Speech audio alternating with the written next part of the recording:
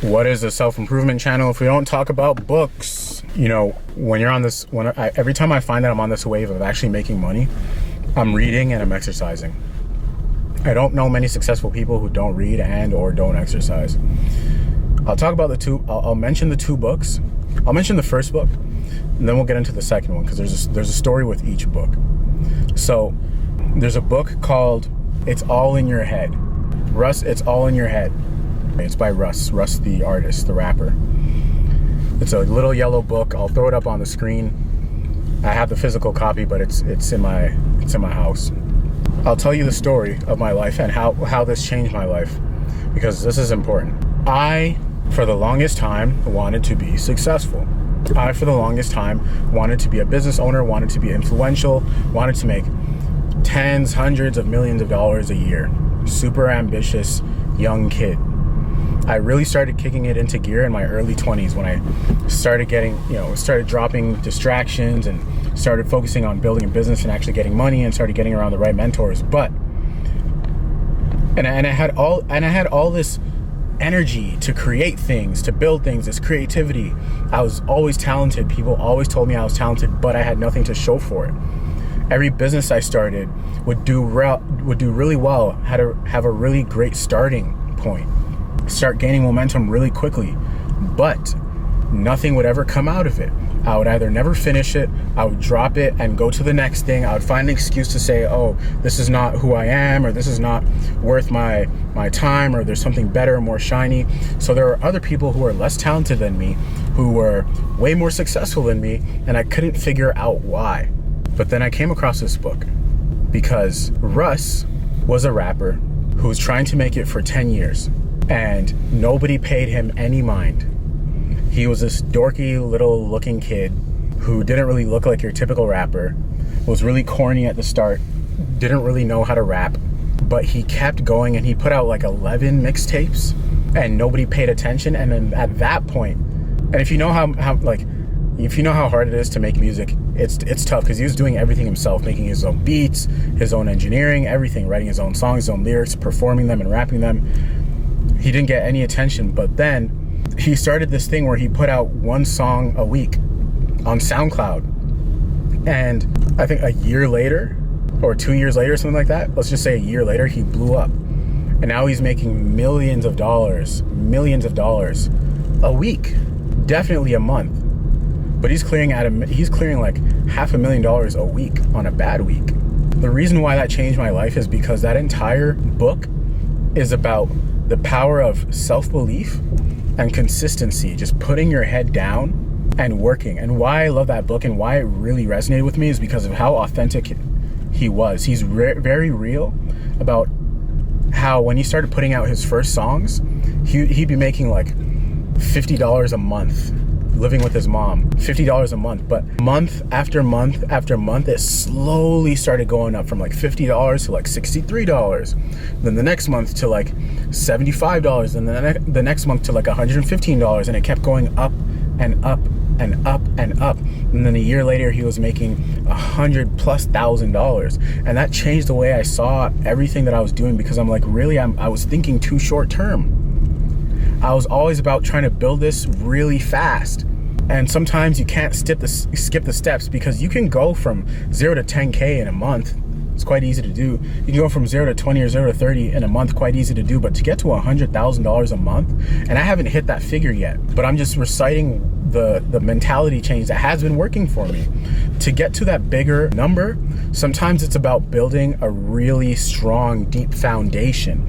And when you go for the business that you can scale quickly, it falls on weak roots, and there's only so high of a level you can reach on a weak foundation. So sometimes it's about stripping everything down, switching your whole plan up, and start thinking longer term. When I started thinking a year I was always thinking in like 3-month increments. When I started thinking in like a year plus, 5-year plus, 10-year plus time frames and time horizons, things started to change for me, because now I look at these videos as catalog, right? And I'm not an artist, but I view my videos as songs, to where nobody pays attention to this stuff right now.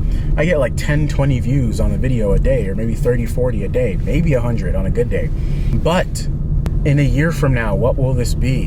And you have to start thinking like that. Start stretching your time horizon and realize that every ounce of effort you're putting in, every ounce of effort you're putting into your business is not going to waste. It's really not going to waste. It's all adding up. You're building your catalog. You're building context as to who you are. You're building trust. You're building foundation. So that whole book was about stretching my time horizon, because when you stretch your time horizon and you just keep going with this consistent belief in yourself, everything will move aside for you. It's all about who's the last person standing. Not who's the most talented, but the last one standing. Because in that book, he talks about how he was never the most talented in his friend group in terms of music, that there were people who guaranteed could have blown up. They just didn't believe in themselves and hold on to that belief long enough for the world, for the universe to reflect that, for them to prove themselves right. It's just about who's willing to stick this out for the longest. It's a very easy, short read. It's very inexpensive. Get it. It will be one of your best books. He literally talks about how much money he was making by month, and you get to see that grow. And I looked at that, and that gave me perspective as to like, man, let me start thinking about what this is doing in a year from now, because I kept dropping what I was doing and I kept switching business ideas because it wasn't showing me the money in that first month. It wasn't showing me the return on my investment in that first 30, 60 days. So I'm like, man, this is pointless. I had no concept of thinking long-term in a business. I had no patience because I was frustrated. I've been broke for so long, and I know how that feels like. When I talk to you, it's because I know how urgently you want to get out of being broke. You just need to make enough money right now to give yourself the headspace to think long-term. And when you're not making a single dollar, when you're making $0, because there were a lot of months where I made $0. I wasn't employed and I wasn't making money from a business. In my 20s, by the way. It was pretty embarrassing. I just didn't tell anybody about it. But when you're not making any money, it's tough to think long term, because you need money. In the society we live in, you need money. So at that point, I was cool with getting a warehouse job. I actually did that a couple times. Don't tell my parents. But I was actually good with getting a warehouse job so that I could make this $400 a week or whatever it was, so it could at least help me think long term, right? Think of a year from now. You put something out every day. In 1 year from now, your life will look completely different. Your life will look completely different. So that's the first book. The second book is called Relentless by Tim Grover. Tim Grover was Michael Jordan's personal trainer. He was also Kobe Bryant's personal trainer. He was also Dwayne Wade's personal trainer, Charles Barkley, and a few other people. Legends, basketball legends. Now, Tim Grover put out this book called Relentless, talking about his personal story, his story of work, his experience working with Michael Jordan and Kobe Bryant, all these people who have this killer instinct and this maniacal drive for success. Now, this is why this book is so important and actually made me money. So notice how the books I'm citing aren't financial books. It's not the financial books that help make me money with the tactics. It was the mindset books. It was the mentality books. So I never lacked anything. And if you're watching this, you are likely very ambitious, because all my titles are worded in a certain way where you're not going to click on this unless you're ambitious and you're capable and you're talented. I was always this very talented kid, Dean's List, club president, a valedictorian, all these high achievements in school. Very, very talented. But for some reason, I was never seeing the results that I wanted to see in terms of becoming an influencer or making a lot of money or whatever it is. Even though I knew other people who were half as talented as I was, again, that were making twice as much money as I was, or 10 times the amount of money I was at my age. And I kept searching for answers. I kept, talking to mentors and stuff like that. And when I read this book, this is when things changed for me. So I always felt stuck, but then I read this book and it helped me realize that I actually never lacked anything. I never lacked any talent. I've actually just been holding back the entire time. So this book, what it did was it gave me permission to tap into my ego again, to tap into my dark side again. Because when things started working out for me is when I realized that I just have to turn it on, because I've been trained and tamed to be very soft and polite and people pleasing, and not putting myself out there and not shaking up the status quo and being afraid of what people would think. Tim Grover, in this book, he was commenting on the fact that like really massively successful people, and he coaches entrepreneurs as well, people in the corporate world. He's like, they have that dark side to them that wants to step on people and wants to crush their goals and wants to be maniacal about things, wants to stay up all night, wants to be obsessed over their work, wants to be obsessed over winning, wants to get everybody out of their own way. And right now, this isn't about helping you become this like magnetic woo-woo guru. This is about helping you unleash that part of you again that was trained out of you, or you were trained to suppress it, especially when you were a child. And so I was this very talented kid, but I was also too polite.